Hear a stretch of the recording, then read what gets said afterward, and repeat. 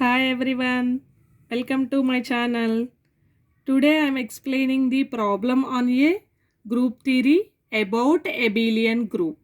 Here the problem is prove that G equal to 1 minus 1 I minus I is an abelian group. Here G is given finite set and with respect to operation dot.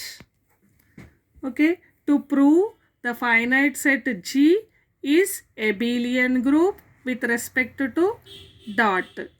Okay, abelian group means the set G is satisfying the closure property, associative and identity and inverse and commutative properties with respect to dot satisfied, then the set G is called abelian group.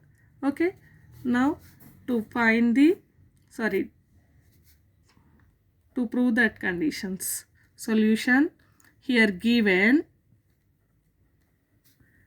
G equal to 1 minus 1 I minus I with respect to the operation is multiplication.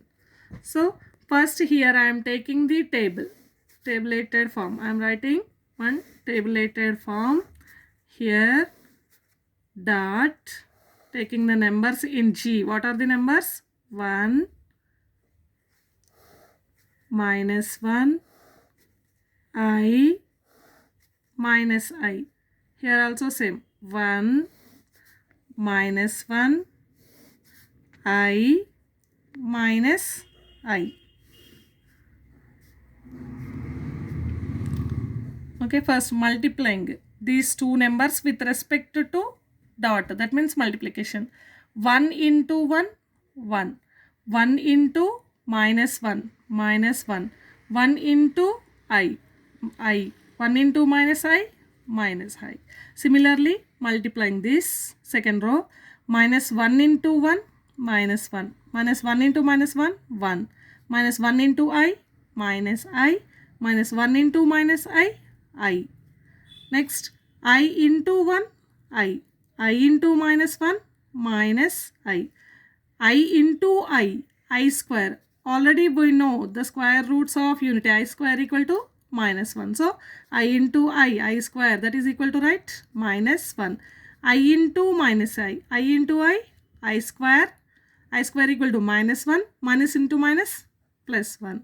Next fourth row, minus 1 into minus I into 1 minus I into minus 1 I minus I into I square minus 1, minus into minus plus 1, minus I into minus I square equal to minus 1. First verifying the closure property. What is closure property? Take any two elements in the set G, that for example I minus I belongs to G. So I into minus I, that is equal to, what is I into minus I? That is equal to 1. Is it belongs to G? Yes, it is belongs to G. Therefore it satisfying the closure property. Every element in the set G satisfying the closure property.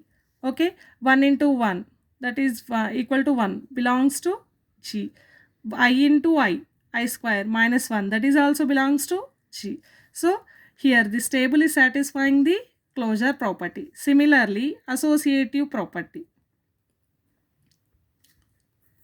What is associative property? For example, take any three elements in the G, A into B into C, that is equal to A into B into C. Here I am taking 1 minus 1 I. So 1 into minus 1 into I, that is equal to 1 into minus 1 into I. 1 into minus 1 into I minus I, that is equal to 1 into minus 1 minus 1 into I. Minus 1 into I minus I minus I. Both are equal. LHS is equal to RHS. Therefore, the set G is satisfying the associative property. Take any three elements in the G, multiplying that three elements to get the element on G. Therefore, G is satisfying the associative property. Next, identity property. Here, the multiplicative identity is 1. Take any elements in G, set G, then A is belongs to G, then A star equal to A. Multiplying the A and E, then we get the same element. Then here E is called the identity elements. See here box. Here -1. I am multiplying the -1 with -1. We get the 1. Okay. Here 1 is the identity. Suppose I into 1 equal to I. We get the same number. Minus I into 1, that is equal to -1. Okay. Here what is the multiplicative identity? Multiplicative identity is 1. So every element is satisfying the identity properties. Therefore, G is satisfying identity. Next, inverse property. What is inverse property? A comma B belongs to G, then A star B equal to B star A equal to identity. We get the identity. Then the set G is satisfying the inverse property. That means multiplying any two elements, then we get the identity. Then one is inverse of another one. That means A is inverse of B, B is inverse of A. Okay, check it this table. Here multiplying any two elements, that is equal to 1. Okay, here multiplying 1 and 1, we get identity 1. That means what is inverse of 1? Inverse of 1 is 1. Next, here in table -1, multiplying -1 with -1, that is equal to 1. So inverse of -1 is -1. Okay. Next, in this multiplying I with -I, we get the 1. That means inverse of I is -1. Inverse of -1 is I. Okay, here -1 minus I is multiplying with I, then we get the identity. So inverse of -I is I. Okay, here I am writing what is the inverse of -1?